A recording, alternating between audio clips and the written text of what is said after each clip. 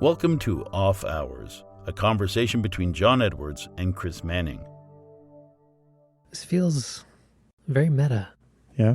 Yeah, a studio inside of a studio. It's a pod within a studio. Oh, a pod. Pardon me. We are recording our very first episode inside your official recording studio. Yeah? Within your studio. Pardon me. Recording pod within your studio. Yeah, this is the first time we've recorded anything in here. We decided we had the space, so we would make a dedicated room just for recording audio in, both for this sort of thing, podcast, but also for doing voiceover work for videos. And it's a really great place to take phone calls. You don't have all the background noise from the shop bugging you and interfering with your phone call. So yes, it's very nice to be in here and have a nice quiet room to be able to work in.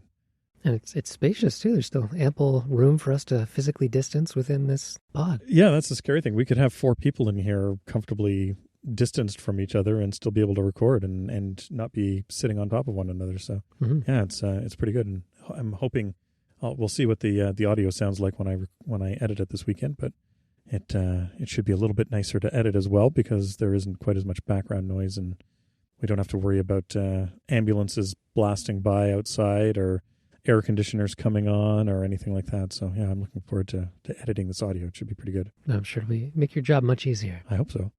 So last episode we chatted a bit about ordering a very obscure crystal. And someone pointed out to me afterwards that I didn't mention at all dimensions of the crystal, or if I did, I wasn't explicit enough. And yes, I did also send the dimensions of the crystal when I was on the hunt for it. So that's an important piece of information to send along as well.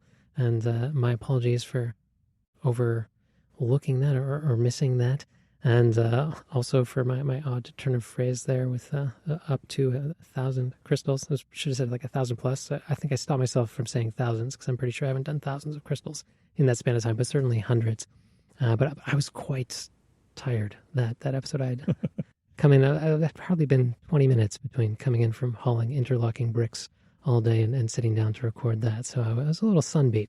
So my apologies, dear listener, for that fumble there last episode. I'm going to say you've gone from being a fine, detailed, meticulous watchmaker to laying patio stones. It's a bit of a shift for you. I can still be meticulous in laying down some interlock. So your interlock is accurate to the micron? Is that plus or minus hardly. 3 microns? No, I'm not going that in depth. No. But yeah, certainly a change of scale and pace, and yeah, it certainly is not as fine a work. Looking forward to getting back to the bench. Absolutely. Yeah. Particularly with the temperatures we've had as of late. We also spent quite a bit of time talking about our camera setups for Time for a Pint last episode, and someone also pointed out to me that Skype has a feature built into it now, or I guess it's been since 2019, early 2019, or you can automatically blur out your background. Get yourself some bokeh on the cheap. No extra equipment required. You just to check a little box there in Skype. And it turns out Google Meet is also going to be introducing this for their enterprise and education editions, where you can just press a little button and blur out your background for you. Maybe there have been too many people sort of wandering into the backgrounds of Skype videos and whatnot, or Google Hangout videos, and they wanted to be able to blur that out a little bit because I know there have been various people who've been trolling their spouses and kids at when they've been on their video calls. So there was one Twitter thread I saw. There was a guy who kept going into his kids' video calls at school all the time, and he dressed up in ridiculous costumes every time he was going through, and trying to make sure that his kid didn't actually know he was there. But of course, everybody watching the video saw that he was there. So maybe they're trying to combat some of that. I'm sure all the parents operating as personal assistants for their young children in school will also appreciate being blurred out of the background of all their classroom calls. It is funny how many kids under the age of 10 now have meeting schedules and have saying, oh, I'm nearly late for my next conference call, right? So it is kind of amusing the world that we're in now. And in Time for a Pint news as well, we also happened to talk about in our last episode the fact that we couldn't believe that Chris and Matt had been carrying on for as long as they had with Time for a Pint without taking a break, without stopping for a beat. And by the time this episode goes live, they will have recorded their last virtual get-together for a time, at least. Yeah, I think you may have jinxed them. Maybe you Or maybe we convince them to take a break. Who knows? Yeah, well, they should. They certainly deserve it after, and this is going to be, I think, 13 or 14, something like that. It's like 3 straight months of it's recording every week. I have to say it's impressive what they've done. I mean, you and I have been recording this podcast mostly every 2 weeks for the past couple of years, and that's challenging enough. I can't imagine trying to get on a video call every Sunday with 2 guests. Mm-hmm. That's the big thing, right? I mean, the couple of times that we've had other people on the show, once was with Rich, and it was fortunate because we were all sitting in the same room, and that was really easy. And then the other one with Peter and trying to get him dialed in and everything. And it adds a lot of complexity and challenge to what for us is normally a pretty simple setup. And I can't imagine, adding video and everything on top of that and trying to convince everybody to have reasonable quality video when they're dialed in. So good on Matt and Chris for being able to hang in there for as long as they have and keep it going. Hopefully this doesn't burn them out completely, and that they do come back and try and do something on at least a monthly basis or maybe every couple months, because it's definitely been good for me. I've enjoyed seeing everybody being introduced to new people and certainly being introduced to some cool new watches. Mm-hmm. Yeah, and there's certainly a lot more that goes into each of those virtual get-togethers than just that hour itself where everyone is all together, because you've got sort of the pre-show that happens for half an hour or so before that, just making sure everyone's gear is working properly. And then on top of that, I missed this in our case. My apologies. The email and actual meeting happened within a block of time where I was nowhere near a device. But there's also the sort of test show done earlier in the week that Chris and Matt organize. And then, Chris is putting together that slideshow every week. Everyone's getting the photos together and to him. Yeah. And I imagine the two of them are probably doing at least a little bit, if not fairly in-depth research into some of the pieces too, so that they know what they're talking about. Yeah. When it comes to actually record. It's an amazing amount of work. I mean, I certainly don't put in nearly that much work for this podcast every time we get ready for it. The editing is a little bit more work in our case. I think the video editing is probably a little bit easier in that case. It's a bit simpler to put that into something that can go up onto YouTube. But even still, it's still a remarkable amount of work getting ready for it and getting prepped for it every week. And of course, they both have day jobs on top of this, right? So it's not as if this is what they're doing for a living. This is purely what they're doing for fun and enjoyment. So, yeah, I'm happy that they've done it and glad that it's happened. Hopefully, this kicks off a new era of this sort of thing happening on a regular basis, not just with them, but with other people. And not just other people, but other organizations. I mean, entire conferences. Exactly. We've talked a bit about the end of Baselworld in a sense, and SIHH, or Watches and Wonders, now has gone all virtual. And then this past week, it's been WWDC, which is Apple's Worldwide Developer Conference. And it's the first time it's been entirely digital. And I, for one, I have to say that I actually really like the format that they've landed on for WWDC this year. I find it's much more palatable as a developer, that being able to get exactly what you need. The format is a lot more engaging, I find. And then you've actually got access to the engineers without having to travel all the way to California. You don't have to go to San Jose to actually do that. Yeah. I'm not a developer, but I do follow along with some of it. I'm curious and geeky enough that I'm interested in some of what's going on and interested in following along some of the sessions, particularly with things that particularly interest me. And it's a great format. It's been so nice to see. One of the big things that I noticed is that because they're not blocking out time in a physical conference center for each of them, they are making videos that are the length that they need to be for the particular topic. If it needs to be an 11-minute video, they publish an 11-minute video. They're not forcing it into a 60-minute block, regardless of what the content is. Or if they need to go over the 60 minutes, I don't know if anybody has, but they can, if they absolutely need to, go over that time allotment, which is really nice. So it's been a good format. I've followed along a little bit of it, and I'm sure that if I was a developer, I'd love this, because it's you wake up in the morning, it's like, oh, hey, there's all the sessions for the day, all released at once. I can pick and choose the ones that I want to go to, and as you say, they've had engineers available to actually talk with people individually about the problems they're having and the things they're working on. So I think that we are going to see more and more of this. Obviously, they're doing this sort of thing virtually is never going to replace the personal interaction that you have with people. All the conferences that I've been to over the years, no matter how good they were, the best part about all of them was actually sitting down and chatting with people. As I say about pen shows and things like that, like I sell more in a bar at 2 a.m. than I do on the show floor in the middle of the day with thousands of people around, because you get to have a long conversation with somebody. You're relaxed. It's, you can show things off, or you can talk about things that are going on, problems that you're having. You get to become friends with people.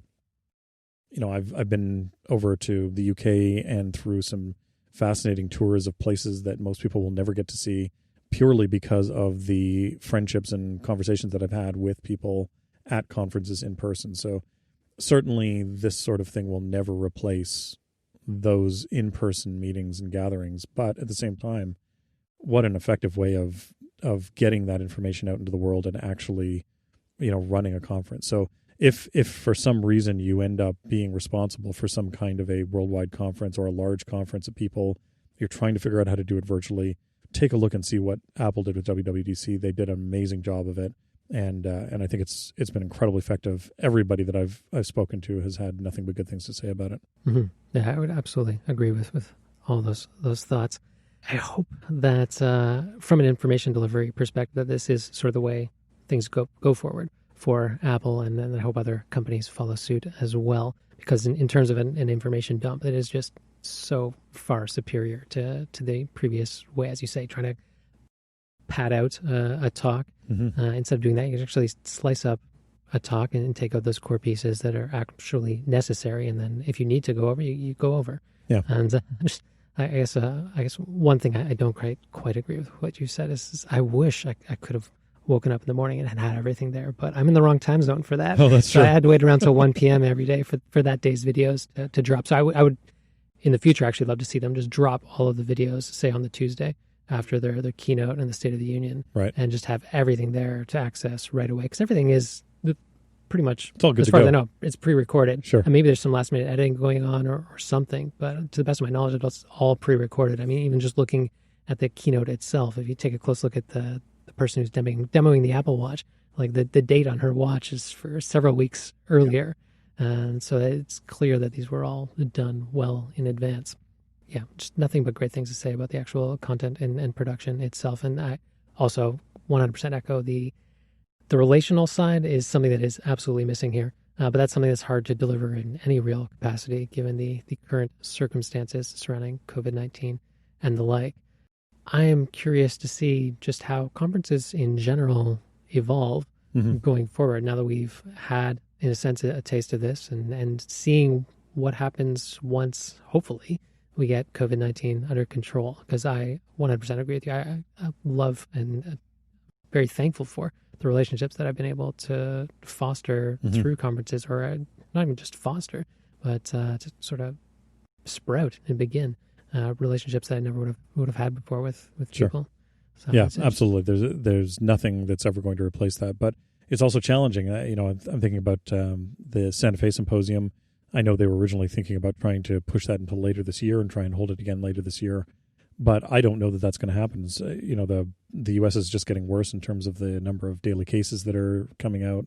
So, I'm certainly not interested in traveling down to the U.S. anytime soon, and certainly not interested in going down for a week and then having to isolate myself for 2 weeks afterwards when I return. So, I'm not sure that it's something that's going to happen anytime in 2020 for sure. Hopefully, hopefully the Santa Fe Symposium, they decide to push it until next year, until May next year, and basically do it as though 2020 just never happened, and they were doing their conference in 2021. But I've already had to bow out of a couple of conferences, things that have happened. There was a summer maker camp that was happening in Cincinnati in August, and I know they're still planning on going ahead with it. But at the same time, there's no way I'm driving down there. In fact, right now I can't even drive down there. There's no ability to drive across the border unless it's for essential travel. So we'll see what happens. We'll see how long this goes on for. This may become the new normal for the next couple of years. I hope not, but it is certainly a possibility. And while this kind of delivery is great for training in domains of knowledge work, for more hands-on stuff, it's just not something that is going to fly as well. I was hoping to take a a course this summer on some training on some newer movements down in the States, and that's just not going to happen now. Sure. So for skills like watchmaking, you really do need that hands-on ability. Like you wouldn't be able to have the same sort of interaction with the BHI that you've had with their on-site courses.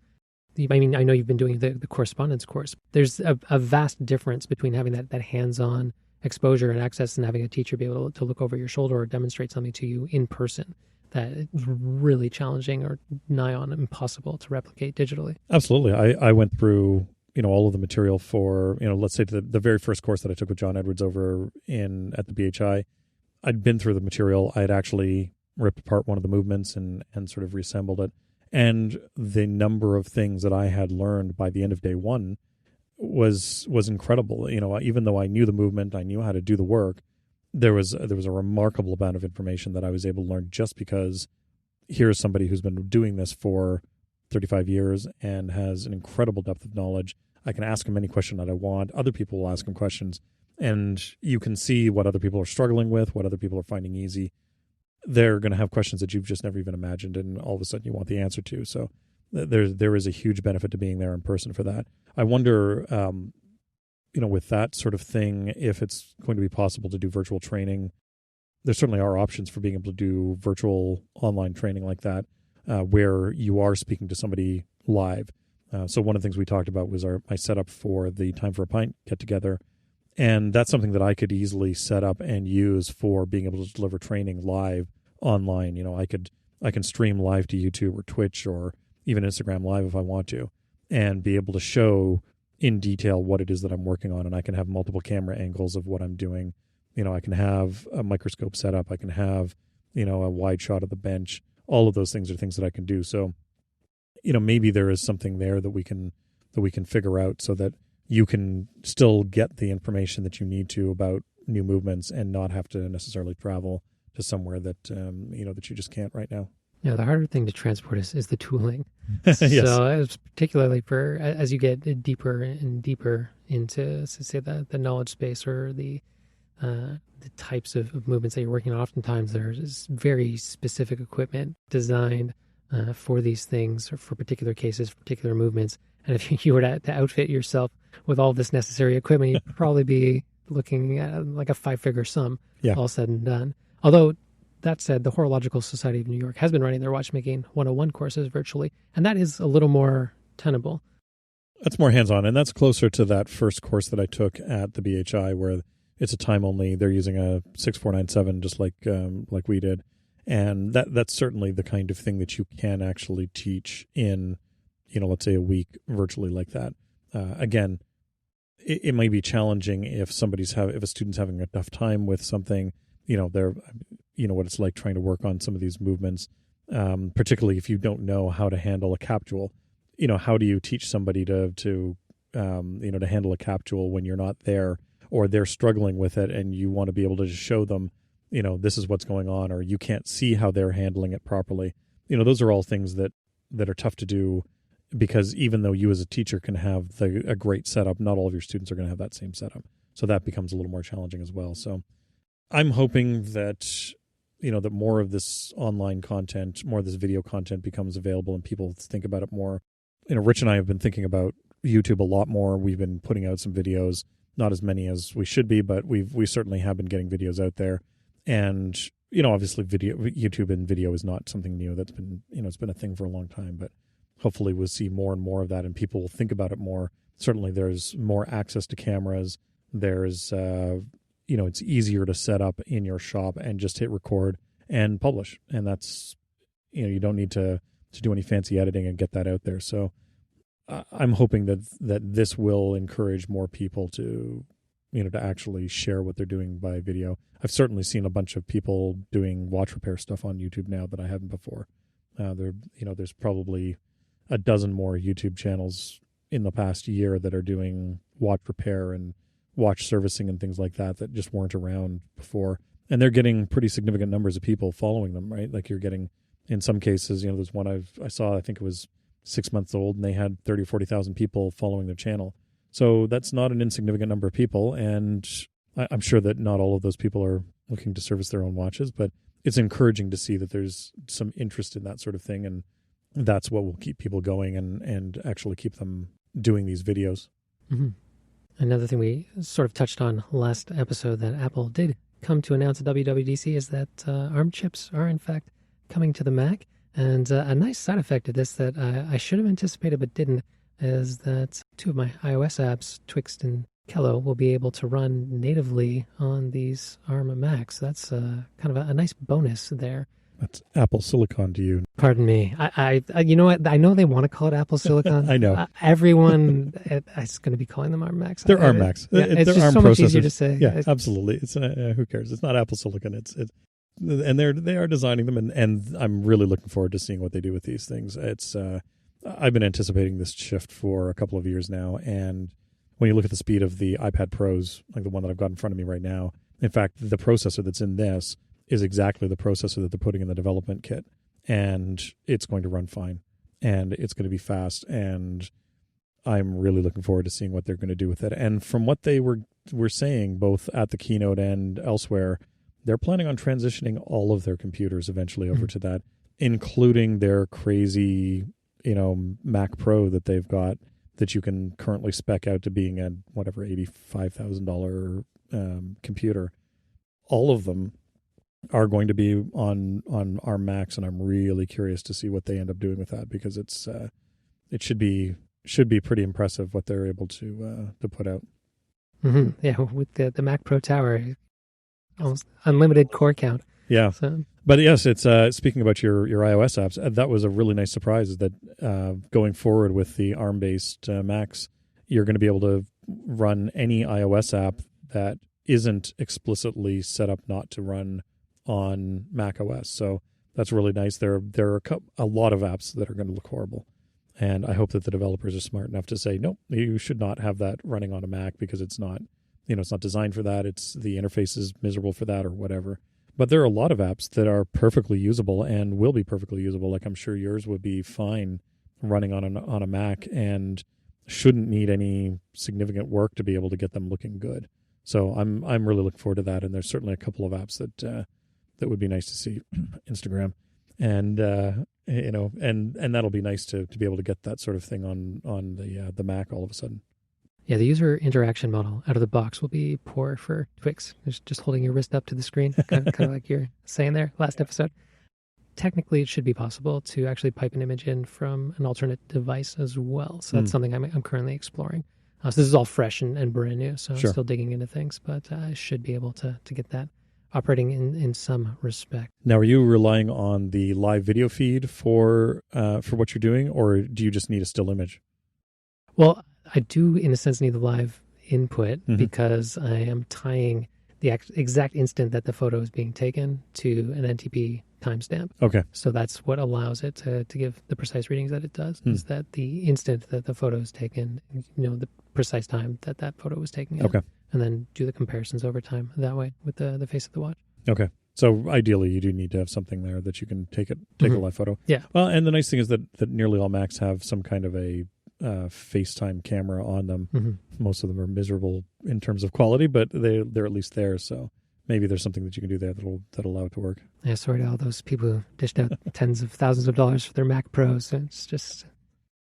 I think it's still going to be a couple of years before we see an ARM Mac Pro, but I'm really interested to see what happens. The transition, they say, is going to take up to 2 years to do, and I know that they've still got Intel Macs they're planning on releasing, so it's not that's not just ARM Macs that are coming out in the future. And I'm really curious. I know I do want to buy a higher end editing workstation at some point. My 16-inch MacBook Pro is okay for editing video, but certainly not where I want it to be. And as I do more and more of it, I'll want something. So I'll need to decide: do I want to get one of the last generation of Intel Macs, or do I want to wait and get one of the new hotness Macs that are coming out next year? So we'll have to see. Yeah, I probably won't. I'm torn as to whether I'll dive in right away. I probably will, just for testing purposes, because the developer kit has to go back, and I'm torn. It doesn't seem worth the output, because I have so much else to focus on as well. Just getting things ready and building out features that I have been working on and have in the pipeline. So I'm just going to take a wait and see approach with this transition of iOS apps over to the Mac, and some real time correction just to prevent anyone from writing me. I spoke of the Mac Pro in past tense, recognizing fully that iOS apps will not be running natively on any of those Mac Pros. It'll just be the newer ones that actually run on Apple Silicon. Yes, that's right. Yeah, you will need an ARM Mac to be able to run the iOS apps on them.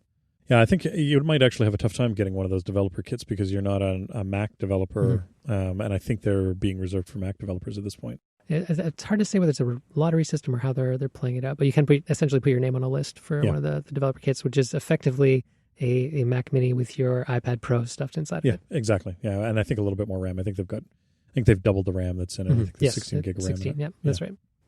One other thing that they did talk about was that they already have Final Cut Pro and Logic running on ARM Macs. In fact, they showed them running on an ARM Mac. And I'm sitting there thinking, great, you guys have already done all the hard work. Now, where is it for my iPad? And who knows, maybe the iOS 14 transition, I know most of the listeners are probably not particularly concerned, but it'd be really nice to be able to edit this podcast on my iPad Pro when I'm on the road instead of needing to bring my MacBook with me. Although, as we just said, at this point, I'm not going anywhere anytime soon, so it's not really been much of an issue. But eventually, when I do get to travel again, it'd be nice to be able to travel without needing to bring my MacBook with me and be able to do all my editing on the road. Certainly, this iPad Pro is more than powerful enough to be able to handle most of what I'm doing right now. And even if it was a little bit slow outputting, rendering audio or rendering video or whatever, I'm okay with that. I'd be certainly happy with it. And the interface is so much nicer to work with, especially when dealing with audio. Mm-hmm. And it's nice to be able to use the pencil and get hands-on with it. So hopefully we see that soon. And who knows, maybe you'll be able to use your pencil and your finger on a future Mac, because based on a lot of the UI changes coming with this latest version of Mac OS, they've certainly upped the size of a lot of the touch targets, so to speak, the tap targets on a Mac. So I would not be surprised at all if we end up seeing a Mac with a touch screen sometime in the next few years. Yeah, I'm wondering if we end up seeing something like a MacBook Air convertible or something like that, something with a touch screen on it that you can use like a tablet. I mean, at this point, it's some of the MacBook Airs are smaller than the iPad Pros, and especially once they start putting in their own ARM chips in there, the power requirements go down dramatically, so they can cut down some of the space that they're using for batteries right now in the MacBook Air. There's no reason why they couldn't shove an iPad screen onto that MacBook and go with that. So we'll have to see. I wouldn't, as you say, with the interface changes that they're making, I wouldn't be at all surprised if there's some kind of touch interface available at some point for Mac OS. And I'm of two minds about that. I obviously will have to see how it works out and what it looks like and how it functions, but I'm really not too concerned about it. I'm still going to use my trackpad and my mouse, and when I'm working on a Mac, and I'm still going to use my fingers and my pencil when I'm on my when I'm on my iPad. So I don't see it really changing the way I interact with it dramatically. But for some people, I'm sure that it'll be great. I'm sure they'll love it. Well, for the up and coming generation, my Mac is just broken. Yeah, my daughter exactly. just this morning gooped up my screen trying to touch something. Now, what I would love is if they introduce pencil support into a MacBook. If they, my 16-inch MacBook Pro had the ability to use the pencil on the screen, that would be amazing, because that's one thing that I do think the Mac actually lacks at this point. I know you can buy, tablets and stuff like that for working on a Mac. They're nowhere near as good as the interface on an iPad at this point. And that would be really nice to see is pencil support in there. On the complete opposite end of the technology spectrum, what did you think of this the find out in Moose Jaw just recently? Yeah, we'll put a link in the show notes to the CTV news story about this. There was a couple that bought a machine shop, an abandoned machine shop, and were planning on emptying the shop and turning it over for a profit and flipping the property. And what did they say? It was 85,000 pounds? 85,000 pounds. 85,000 pounds of metal that they've removed from the shop so far. And which, I've moved about 10 in my shop move here, and that's a lot of metal. So they found a huge amount of material that had been obviously collected over years, because that machine shop has overhead line drive lathes in there that are still functioning, and as far as I can see from this, would have still been in use whenever somebody turned off the lights and locked it up for the last time. So those, I mean, that would have been installed in the early 20th century, because nobody would have set up a shop like that sort of post-war. You know, that shop was set up as it was 100 years ago, and it's remarkable that some of those machines are still in the condition that they're in. Mm-hmm. Yeah, one of the lathes, I believe, is from about 1915. They dated it to. Yeah, and like the last time the lights were turned out on that shop, I wasn't even born yet. So. Well, there you go. Yeah, it's remarkable seeing some of these machine shop or some of these shops just in general. I've spoken a little bit about the Museum of the Jewellery Quarter in Birmingham, UK, and the fact that jewelry manufacturer basically just shut up the shop in the 80s. I think it was 83 or something like that, and just locked the door one day and walked away. And so you get these time capsule sort of workshops, which is impressive. And this is the same sort of thing, although it hasn't had a team of conservationists go through it and make everything sort of safe and prevent it from deteriorating from where it is now. But I know the owners were looking for people who would be interested in those machines in the state that they're in, because those lathes are perfectly usable. They are going to work. And, you know, you could modify them so they wouldn't have to work off of a line drive, because those line drives terrify me. There's no way you could convince me to work off of one of those. I'm just waiting for one of those massive belts to snap and whip you upside the head. I'm not worried about the snapping part. I'm worried about getting something caught in that and getting pulled into it. Yeah, that's my especially as you're engaging the belt, right? Because you've got to use a stick to sort of flip the belts over to the next pulley, and then you go off and you try and get it all hooked up, and at some point or another, you know that's going to grab you and suck you in. So yeah, no thanks. I shiver just thinking about it. Yeah, exactly. So if you happen to be anywhere in Saskatchewan and you're looking for some metal lathes, now I will warn you, these are not watch scale lathes.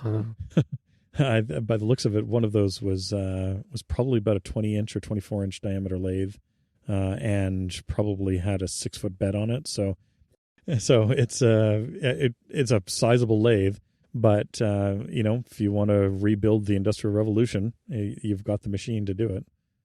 And across the pond, two other watchmakers we've mentioned here on the show before, from Ocelon, Dominique and Serrano, who've been working on the Naissance d'une Montre 2 project.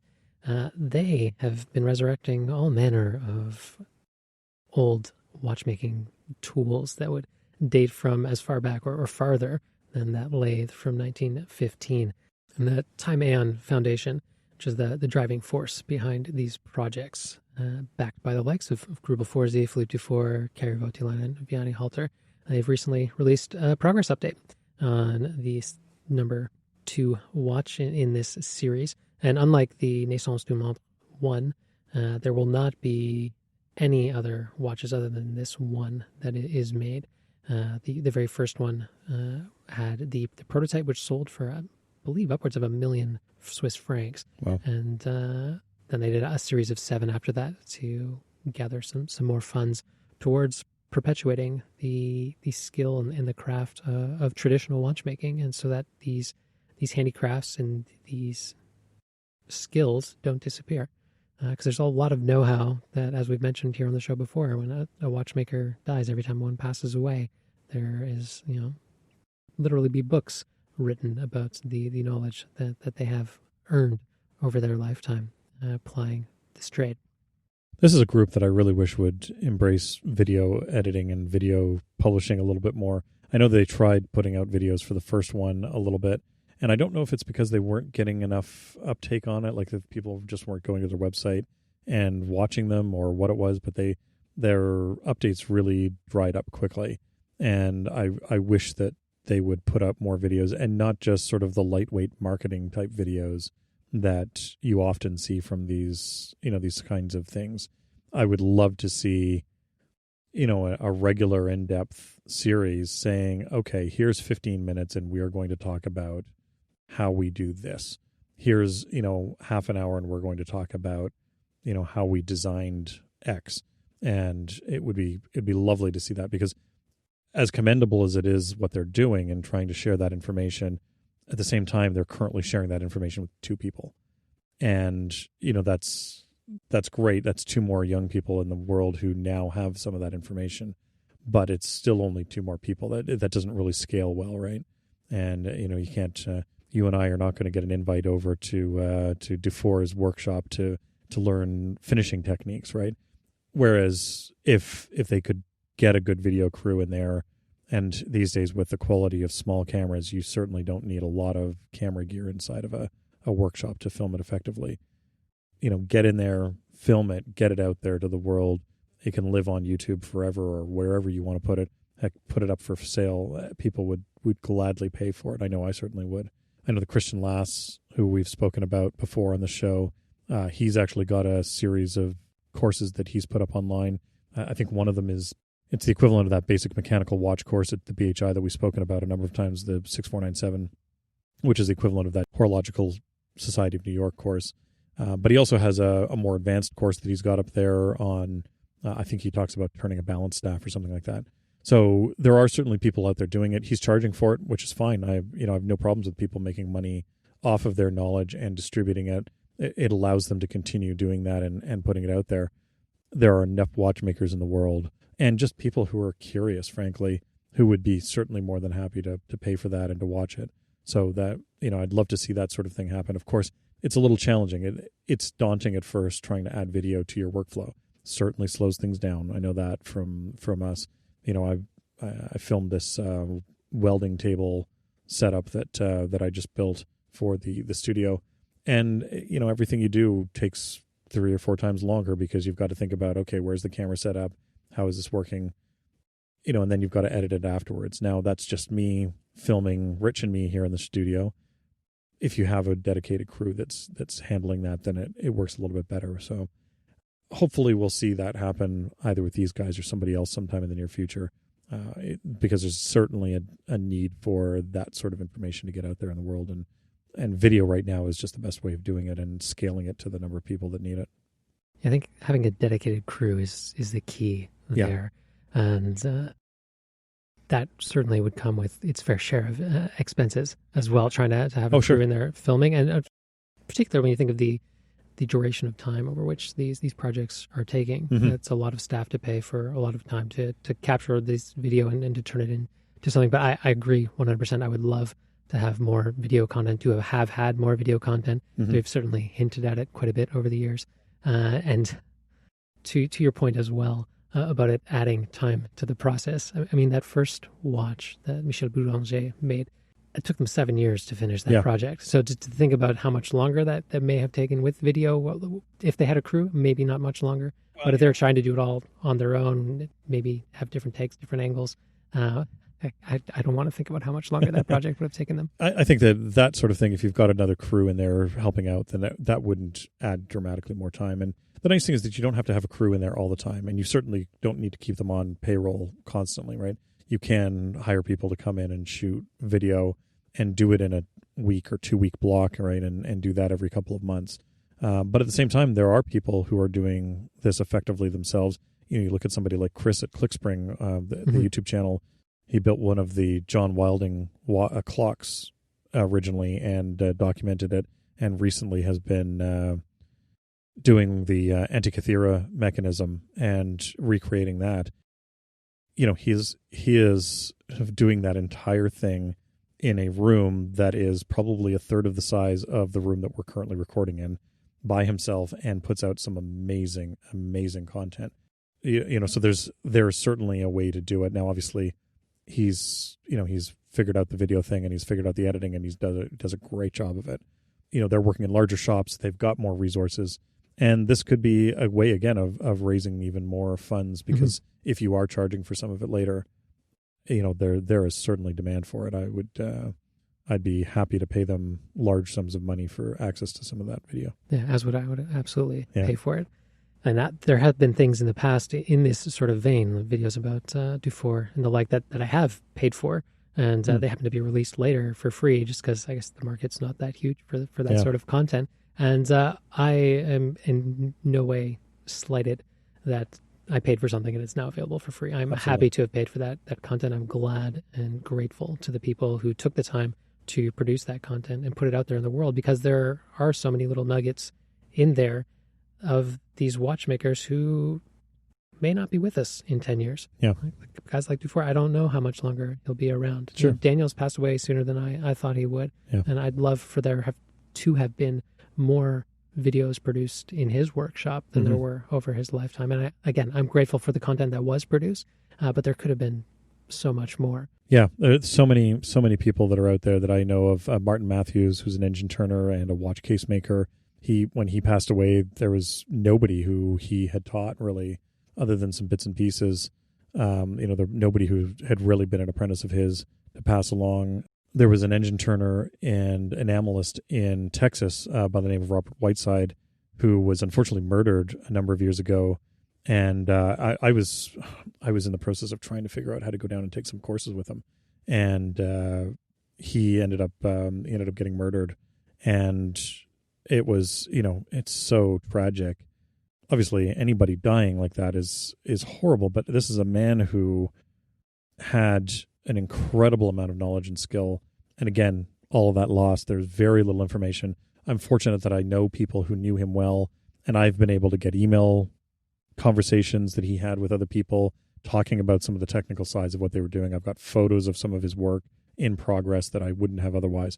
But, again, here's a person who he did pass on some of his information to a few people, but nowhere near as many as he could have. And it's really unfortunate that we don't have that. As you say, George Daniels, he passed away probably earlier than we would have hoped he could. Dufour, he's in his 70s now. He's not going to live forever. At some point or another, we need to get that information out of people like that so that it doesn't die. Mm-hmm. And I am grateful for the correspondence I've been able to have with Dufour and Voutilainen and the like. And I have to agree with what you're saying there. It is a shame in a sense that there are these micro interactions happening, or smaller transactions of knowledge and know-how being passed on, when there could be much grander things, or just publishing it to a much wider audience in a way that, thanks to the internet, simply wasn't possible 30 years ago. Like the way that information can be disseminated today at literally the click of a button, you can just reach such a wider audience and have a far greater impact. And I do hope that the Time Ann Foundation does begin to leverage video more. And I do want to comment, too, that I think it's a bit of a disservice to say that they're only passing it on to two more watchmakers, because Michel Boulanger is a teacher, and he's gone on to teach what he is doing.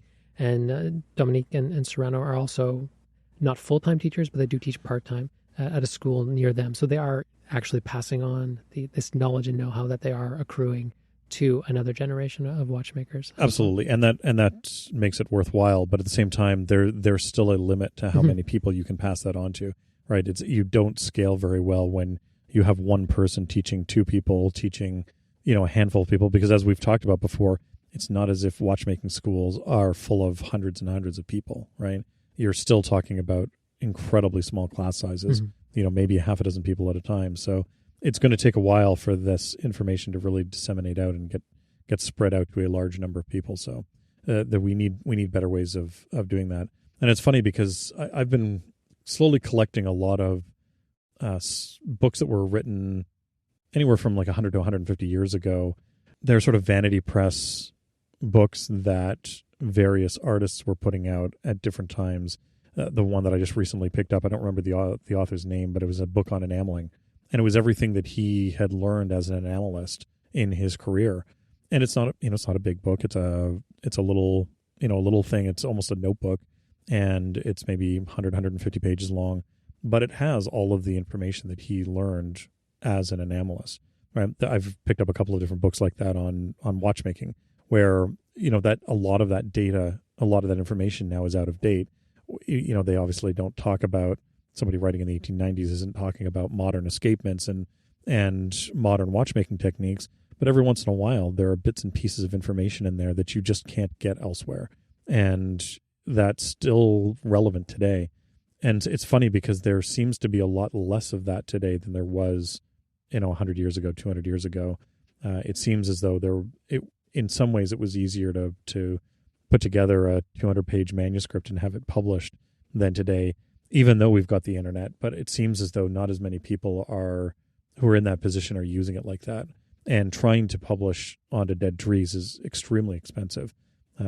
We've spoken, I think, a couple of times about Stefan Paulo and his book on tourbillon manufacturing and also case making. It's a great book and it's fascinating. There's an incredible amount of information in it, but they're not cheap books. I mean, I don't know that he's made back the money that he put into publishing that book. He obviously published it because he felt very strongly about putting out that information, but I'm not sure that he ever made his money back on that book. And that's the sort of thing where today it's challenging to do. And, obviously there are still costs associated with doing something like YouTube or even a blog or whatever. So none of it's free to do. And it's a challenge for anybody to do. But I really wish that more people would do it. And then on top of that, a lot of the people who are newer into the industry, who are younger, a lot of them don't feel they should be publishing what they know because they don't feel that they're a master of the art that they're doing. But that's a horrible reason not to put out what you know, because you never know what you have learned that somebody else doesn't know, even someone who's been doing this for much longer than you have. I know when Eddie first convinced me to speak at the Santa Fe Symposium, he's like, look, there are other people out there who probably know more about this than you, but I don't know them and I don't know where they are. And you should talk about this, because even though you don't feel like you've mastered this, you know more about this than I do. You know more about this than the other people that are, going to be sitting in front of you at the Santa Fe Symposium. So, get over yourself and talk about it, write about it. And that's incredibly important to do. Even if you don't think you know very much about it, write it down, document it, put out a YouTube video, whatever you feel comfortable doing, because there's no wrong time to start publishing what you know about whatever it is that you do. Yeah, I think the ideal is almost to have a master and a beginner synergize together to deliver information, because the reality is someone who has mastered their craft becomes oblivious to what they know, in a sense. There are little things, subtle actions that they don't even realize they're doing, or that things that they don't know that others don't know, or like don't even realize that they know and are consciously doing anymore. It's just so ingrained in what they do. I mean, they're doing these same actions all the time, and neurons that fire together wire together, and it's just these really strong pathways, and it almost gets built into their subconscious in the way that they're operating.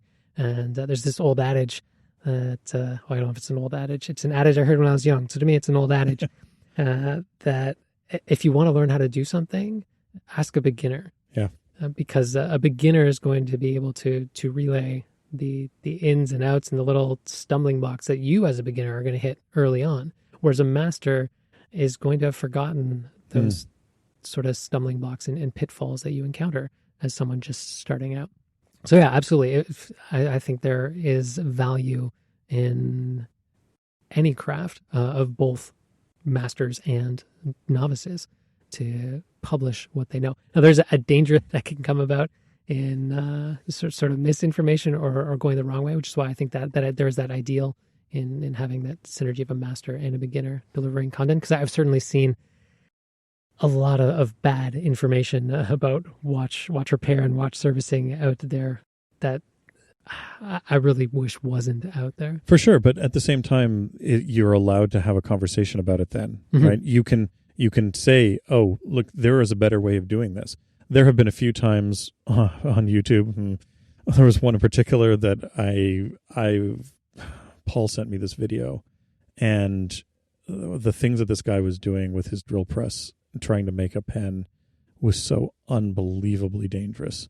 And Paul and myself and a number of other people, fortunately within an hour or two of this thing going live, were like, look, you need to take this video down because what you are doing is incredibly dangerous. And fortunately he did, because what he was doing was he was eventually going to rip a thumb off in the drill press. Like, it was just so dangerous what he was doing. And I understand that there's always a danger of people publishing incorrect information or bad information, but that's not, of course, not limited to amateurs either, or newbies, right? I've talked to masters who don't necessarily understand some part of what they're doing, and they publish bad information about it. With a lot of the modern publishing techniques, whether it's YouTube or a blog or whatever, there's at least the ability to have a conversation with the community and be able to have a back and forth and say, hey, listen, have you considered, I know that's working for you, but have you considered doing it this way? That's actually going to be a better way of doing whatever it is that you're doing. Or you can publish your own video and say, listen, I've seen a bunch of videos out there showing somebody cleaning a watch like this, and there is a better way of doing it.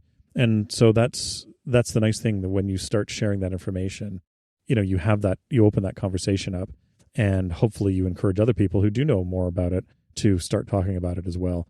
And, that's one of the reasons why I want to publish YouTube videos. I see some of the stuff that's out there. I watch a lot of YouTube videos now. In fact, I basically don't watch any broadcast television anymore. It's almost entirely YouTube videos that people are making in their basement or their shop. And sometimes I see stuff and I'm like, wow, there is a much better way of doing that. Or there is a safer way of doing that. That's one of the things that's encouraged me to start producing what I'm producing. So I think that even a beginner should feel comfortable to do that.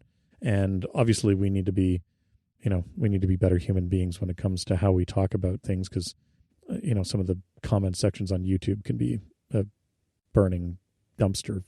It's some people are just really horrible people, but at the same time, you can still have a sensible conversation with people about stuff. We've talked about Dean DK down in Sydney.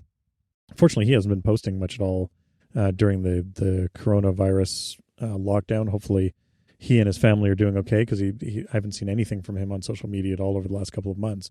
But he is a true beginner, and I definitely have a huge amount of respect for the fact that he is posting everything that he's doing, including his faults.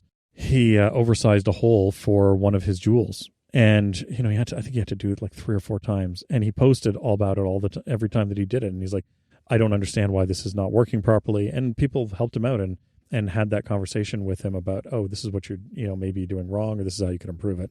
And everybody's learning from it, right? People who don't know anything about how to use a reamer in a hole, if they were following along and they followed what he talked about in a later video, he again came back and said, look, I did a bunch of research, I talked to some people, and I've now been able to ream this hole properly so that it gets me the dimension that I want to.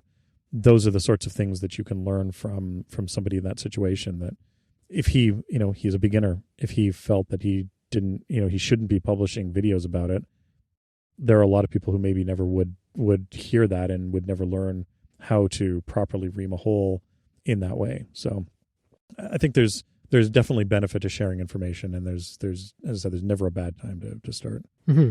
Yeah, like we've both read Adam Savage's book there, Every Tool's a Hammer, and he has a section in there about the best shop to work in is one where everybody is sharing like that, and whether they are brand new to the craft or the old master in the shop, it's just such a better environment.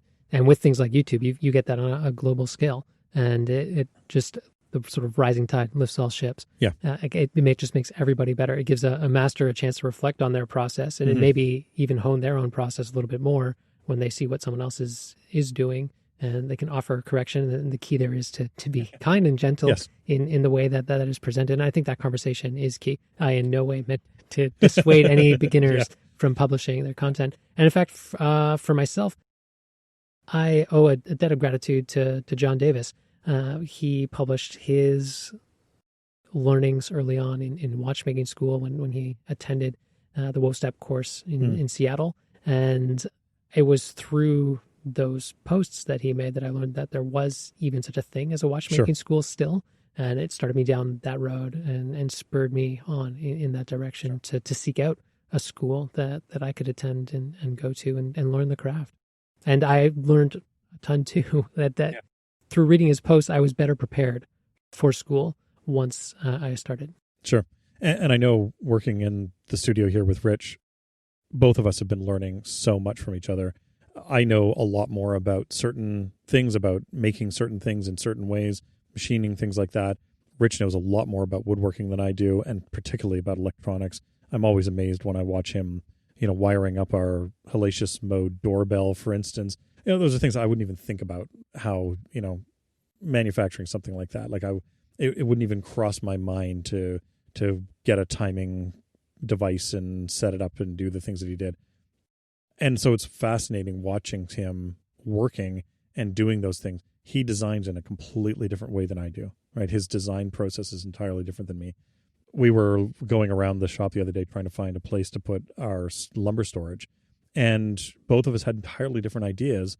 When I would hear him talk about something, I'm like, oh, I hadn't even thought about that, right? Like I hadn't thought about the storage requirements in that way, but he was thinking about it in one way because he was thinking about, for instance, when you have offcuts of plywood that you don't need to use the entire sheet.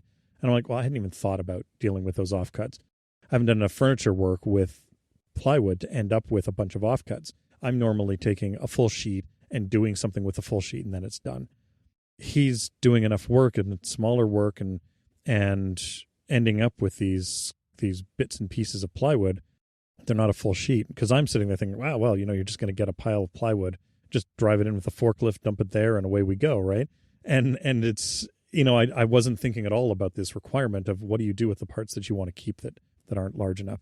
So, we're able to bounce ideas off of each other and have a better understanding of what we're thinking and doing just because we get to have that conversation. Now, we're fortunate we get to have it in real time, in person, every day, which is amazing. Mm-hmm. Certainly, anybody that's out there, if you can find somebody, find your Rich, find somebody who you can tolerate in a shop and who can tolerate you. That's probably the most important thing. I don't know how Rich tolerates me in the shop, but anyways, I'm very thankful that he does. And, and find somebody that you can collaborate with like that. They don't need to be doing the same things that you do, but having that collaborator is incredibly important. And it makes a big difference when it comes to your own learning and figuring out what you're doing. And actually, as you were saying that, I realized that just in a very real example of this sharing of information causing good, positive change in outcomes and sort of, again, rising the tide for all ships is when I read Every Tool's a Hammer, there were nuggets here and there. Kind of wished it was a little bit shorter. I could have done with a more distilled version. Yeah. I apologize, Mr. Savage. I'm sure you had some quota from your publisher as to how many words you had to crank out. But one of the things that the bigger takeaways, I don't even know if was the way he was storing his tape. And I hate the way that I have my tape currently stored at home. And I was inspired by that. But then I see that Rich has taken that and was also inspired by Adam's setup for his tape, and he's taken it to another level. Yeah. And I actually appreciate and admire even more what Rich has done in the way that he's storing his tape. And I'm actually going to skip right over Adam Savage's tape storing method and jump right to the Lowen approach of tape storage. Yeah, that's just it. That iteration that you get through collaboration like that, whether it's intentional or not. Obviously, Adam Savage wasn't intentionally collaborating with Rich, but it happened because of Adam publishing that information. And as much as people revere Adam in the maker world, he is still he's still a newbie in a lot of these things, right? You watch him when he's machining things and you're thinking there is no experienced machinist who would ever do what he's doing the way that he's doing it. But that doesn't matter. He's still out there. He's still sharing what he's doing. And there are other people who will learn. There are other people who will be interested in what he's doing and then will learn better ways of doing it because they initially got inspired because of him. So it is important to have that conversation and to have that collaboration. And as you say, you end up with a better tape dispenser at that point. And certainly I wouldn't have come to the tape dispenser that Rich has right now. It's so unbelievably simple, but it makes sense, right? It works. And it comes partially from Adam's first order retrieval theory that he has of tools, where everything should be easily accessed with, you shouldn't have to dig through toolboxes to get something or bins or whatever, which I suffer from a lot. My bench is a complete disaster. I definitely need new storage. So, those are the sorts of things that you get from those collaborations, and you don't get them any other way. Yeah, I'm not sure there is ever an end to organizing a shop. I think our needs constantly evolve, and we also constantly find better ways to organize things and go about things. So I look forward to this path ahead of me and getting my spaces more organized. And I look forward to seeing how things become more and more organized here.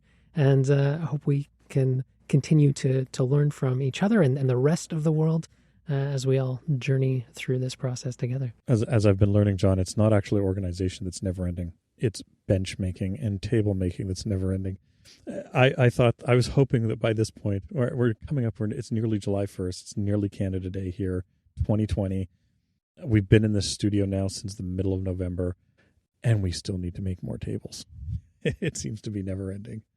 You will eventually run out of space for tables. There's 8,300 square feet in this studio. Maybe after we've made 8,300 square feet worth of tabletops, that may be the end. Throw one hell of a banquet. That's right. Thanks for listening to Off Hours. You can find detailed show notes at offhours.show. If you'd like to keep up to date with the show, follow us on Twitter @offhours.